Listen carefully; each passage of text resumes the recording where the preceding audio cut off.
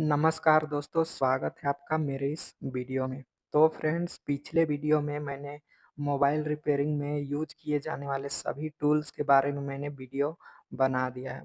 तो उसके बाद फ्रेंड्स, मोबाइल रिपेयरिंग के लिए हमें एक मल्टीमीटर को कैसे यूज़ किया जाता है, उसके बारे में पता होना चाहिए कि किस सेक्शन में किस कंपोनेंट को यूज़ किया जाता है और कैसे चेक किया जाता है कि कोई कंपोनेंट खराब है या फिर सही है।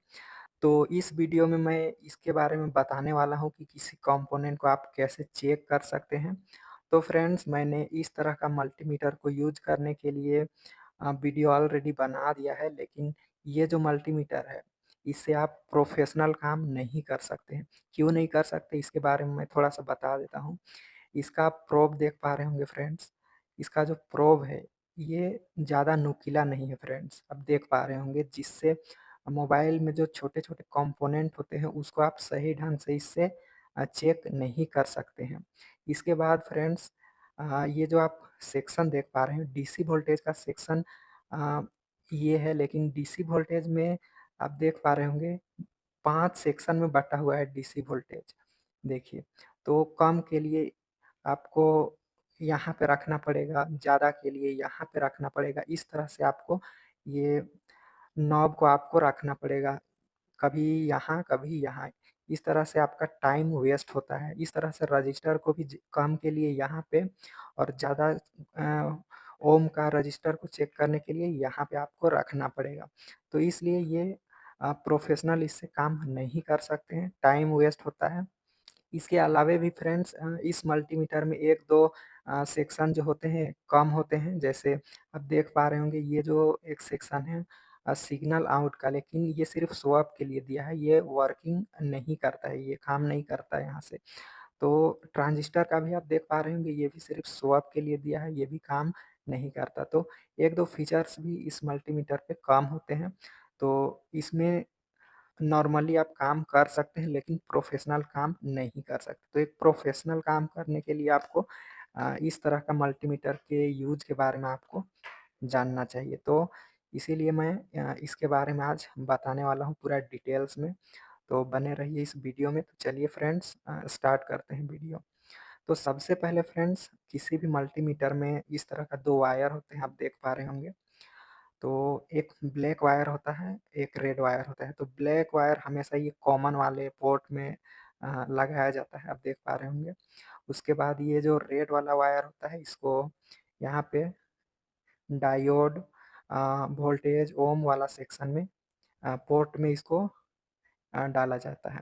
उसके बाद ये जो एक होता है फ्रेंड्स, ये 10 एम्पीयर तक अगर आपको चेक करना है, एम्पीयर अगर चेक करना है, तो ये रेड वाला जो वायर है, इसको यहाँ पे लगाया जाता है। बाकी टाइम पे रेड वायर हमेशा यहाँ पे रहेगा। उसके बाद फ्रेंड्स, ये जो एक आप देख पा रहे होंगे, ये नॉब होता है, इसको घुमाया जाता है। हर सेक्शन पे इसको अ, किया जाता है। जिस कंपोनेंट को चेक करना है, उस सेक्शन पे हमें ले जाना है। तो इसको डायल भी हम लोग बोलते हैं या फिर नॉब बोल सकते हैं। यहाँ पे आप देख पा रहे होंगे, एक एलईडी है। जब बीप करता है ये बजर साउंड पे, तो ये एलईडी ग्लो करती है। उसके बाद फ्रेंड्स, यहाँ पे 4 बटन आप देख पा रहे होंगे। उसमें से ये जो पहला बटन है सेलेक्ट बटन, इससे अलग-अलग सेक्शन पे आप जा सकते हैं। जैसे अगर कंटिन्यूटी मोड पे आप चेक कर रहे हैं, उसके बाद डायोड मोड पे जाने के लिए इस सेलेक्ट वाला बटन को प्रेस करके आप जा सकते हैं। ये जो होल्ड बटन है, इससे कोई भी रीडिंग को आप होल्ड कर सकते हैं, रोक सकते हैं। ये रेंज रेल जो है ये बटन, इससे आप एग्ज़ैक्ट वैल्यू आप इससे निकाल सकते हैं। इस बटन को प्रेस करके किसी भी कंपोनेंट या फिर बैटरी का एग्ज़ैक्ट वैल्यू चेक करने के बाद इससे आप सेट करके निकाल सकते हैं। यानी कि पॉइंट के बाद भी जितना वैल्यू आता है, उसको भी आप इससे चेक कर सकते हैं या फिर इग्नोर कर सकते हैं। अगर आपको एग्ज़ैक्ट वैल्यू नहीं चाहिए तो इग्नोर कर सकते हैं। उसके बाद ये मैक्सिमम मिनिमम में मैक्सिमम वोल्टेज आप यहाँ पे चेक कर सकते हैं, और मिनिमम पे अगर सेट करेंगे तो मिनिमम वोल्टेज आप यहाँ से चेक कर सकते हैं। तो इस तरह से ये चारों बटन का यूज़ होता है। उसके बाद फ्रेंड्स, सबसे पहले ये जो डायल है, यहाँ ऑफ का सेक्शन पे ये अभी है। तो उसके बाद इससे ऊपर अगर हम जाते हैं, तो ये एसी का सेक्शन है। यहाँ पे हम एसी वोल्टेज को चेक कर सकते हैं। अब एसी वोल्टेज कैसे चेक करना है? तो हमारे घरों में जो 220 या फिर 200 वोल्ट एसी सप्लाई आते हैं, उनको चेक करने के लिए इस तरह से जो 2 वायर हैं, 2 प्रोब हमारे पास जो 2 वायर आते हैं, एक न्यूट्रल, एक फेज, दोनों एक-एक वायर पे एक-एक प्रोब हम रखेंगे, तो उस तरह से हम एसी वोल्टेज को चेक कर सकते हैं। उसके बाद जो डीसी वोल्टेज इसके बाद आता है यहाँ पे, ये है डीसी वोल्टेज। तो डीसी वोल्टेज को चेक करने के लिए इस तरह का बैटरी में जो वोल्टेज है, उसको चेक करना होता है। तो उसके लिए माइनस को माइनस पे और प्लस को प्लस पे इस तरह से रखेंगे। तो आप देख पा रहे होंगे यहाँ पे बैटरी का वैल्यू शो करेगा।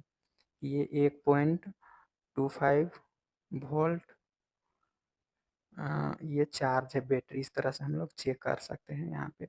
उसके बाद इसके जो आगे का जो ये सेक्शन है, यहाँ पे सबसे पहले ये है, यहाँ पे रजिस्टर हम लोग चेक कर सकते हैं।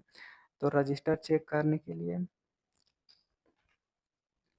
इस तरह का रजिस्टर मेरे पास एक है। तो इस तरह से हम एक-एक प्रोब को एक-एक तरफ रखेंगे। आप देख पा रहे होंगे रजिस्टर का वैल्यू, देख पा रहे होंगे 0.988 है, यानी कि 1 किलो ओम का ये रजिस्टर है। इस तरह से हम लोग रजिस्टर का वैल्यू चेक कर सकते हैं। उसके बाद इसको एक बार सेलेक्ट को प्रेस करेंगे, तो ये डायोड वैल्यू आ गया। अभी हम डायोड को चेक कर सकते हैं। तो ये एक मेरे पास डायोड है। इसको चेक करने के लिए अ, इस तरह से ये हमारा जो जिस तरफ ग्रे कलर की पट्टी बनी हुई है, वो है हमारा अ, ये है हमारा नेगेटिव, और जो ब्लैक कलर है जिधर, वो है हमारा पॉजिटिव। तो इस तरफ हम इस तरह से रखेंगे तो कोई वैल्यू शो होगा मल्टीमीटर पे, देखिए आप देख पा रहे होंगे इस तरह से। और इसको उल्टा करके अगर रखेंगे तो कोई वैल्यू शो नहीं करेगा, देखिए।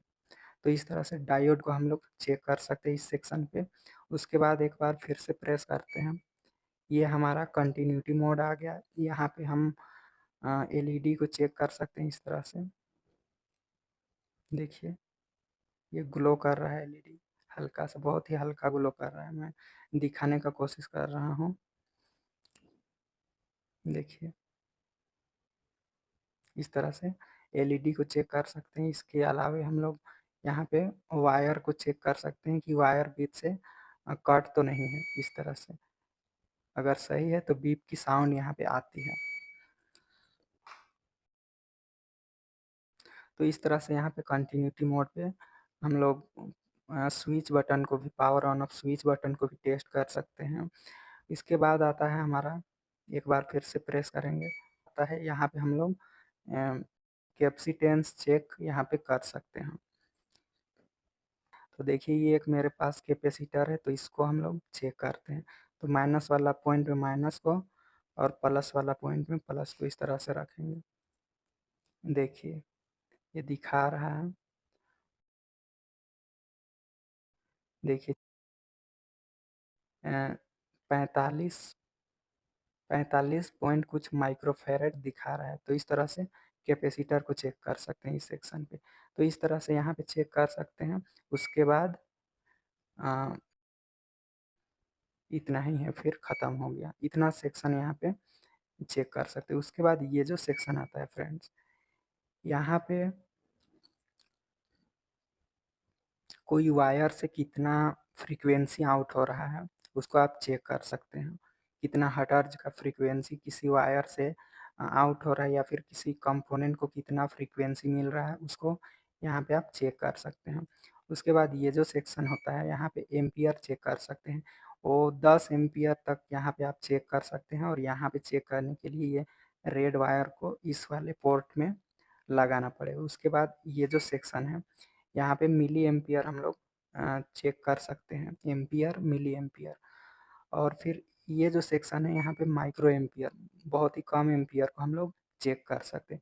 उसके बाद ये जो सेक्शन होता है, आप देख पा रहे होंगे, यहाँ पे हम लोग सिग्नल, इस सेक्शन पे अगर हम करते हैं तो हमारे दोनों प्रोब से सिग्नल आउट होता है। हम किसी स्पीकर को चेक कर सकते हैं इन दोनों वायर से, फ्रीक्वेंसी देके कि स्पीकर सही है या फिर खराब है।